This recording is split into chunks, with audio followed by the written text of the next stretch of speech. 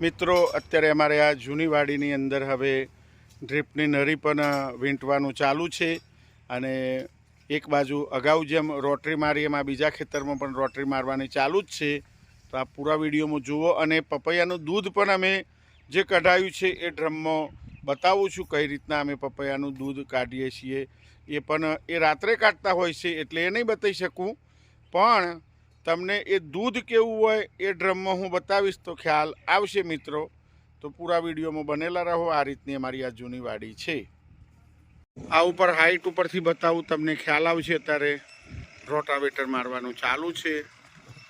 અમારો કેમેરામેન મેહુલ અત્યારે રોટાવેટર મારી રહ્યો છે. જેમ પેલા ખેતરમાં વિડીયો બતાવેલો આ બાજુ રોટરી વાગી ગઈ છે અને હજુ પણ કેટલો ઉપર માલ છે એ ખેડૂત મિત્રો હું આપને બતાવું. હજુ ઉપર આટલો માલ લાગેલો છે ખેડૂત મિત્રો, પણ હાઈટ વધવાથી માણસો ઉપર પહોંચી શકતા નથી અને આનું પણ ખાતર થઈ જાય મિત્રો. એક ડબલ ફાયદો છે પપૈયાની ખેતીમાં, આનું પણ ખાતર થાય મિત્રો.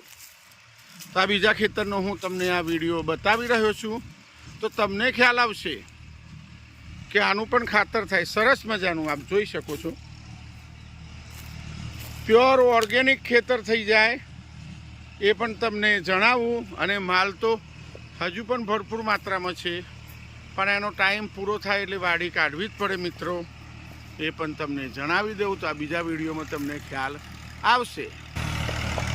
અને આ ખેતરમાં પણ રોટાવેટર મારવાનું મારે ચાલુ છે તો તમે જોઈ શકો છો. ફર્સ્ટ લોની અંદર જ રોટરી મારવાની મિત્રો, એ પણ તમને જણાવું.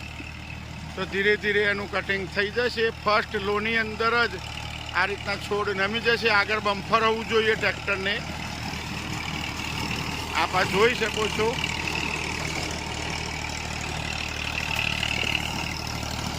અને આ રીતનું સરસ મજાનું ખાતર થઈ જાય એ પણ તમારે ધ્યાનમાં લેવું. અત્યારે આ મેહુલ રોટરી મારી રહ્યો છે મિત્રો.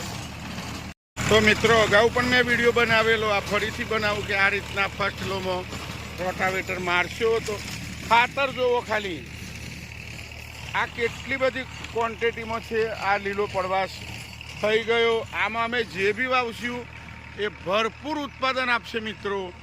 અને હજુ પણ પપૈયા તમે લાગેલા જોઈ શકો છો, પણ એટલી હાઈટ ઉપર માણસો ના પહોંચાય અને એના ટાઈમે વાડી કાઢવી જ પડે. હવે દૂધ કેવી રીતના ડ્રમમાં ભરતા હોય છે તમને બતાવું.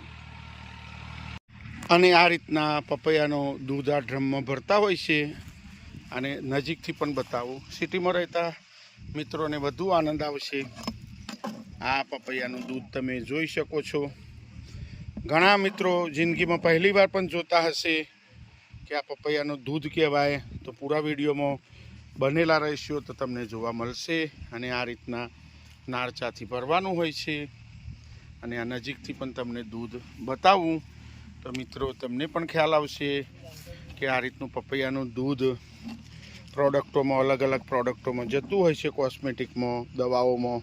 તો આપ આ જોઈ શકો છો આ રીતનું દૂધ આવતું હોય છે. અને દૂધ હંમેશા સવારે 4 વાગે નીકળતું હોય છે, એ પણ તમારે ધ્યાનમાં લેવું. અને આ રીતના ટેમ્પામાં લોડ થઈને જતું હોય છે. મોર્નિંગમાં 4 વાગે દૂધ ઠંડાપોર કાઢવાનું હોય છે મિત્રો, એ પણ તમને જણાવું. અને મિત્રો હિતેશભાઈને ઉત્પાદન કેમ વધારે આવતું હોય છે લાઈવ તમે જોઈ લો.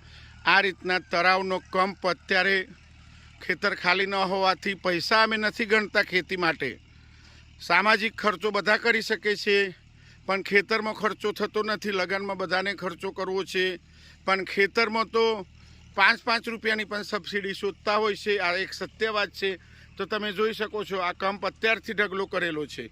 હવે આ ખેતરમાં નાખશું તો એમાં પપૈયા આગલી સાલ પણ ભરપૂર ઉત્પાદન આવશે. ખાતરનો ઢગલો પણ તમને બતાવું.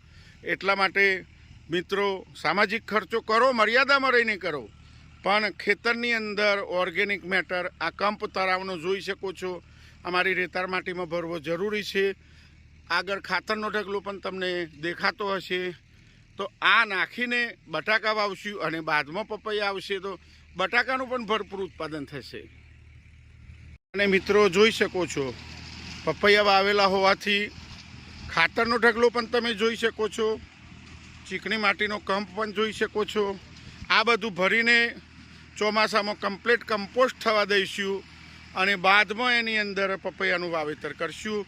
તો મિત્રો તમે પોતે જ ગણો ઉત્પાદન આવે કે ના આવે, તમે પોતે જ કહો. તો સામાજિક ખર્ચા કરવાની ના નથી, પણ ખેતરમાં તો ખર્ચો કરો મિત્રો, તો જ આગળ આવશો અને તો જ સામાજિક ખર્ચામાં લહેરથી ડીજે વગાડી શકશો. બાકી તો સસ્તા બેન્ડથી ચલાવવું પડશે, એ પણ તમને જણાવી દઉં.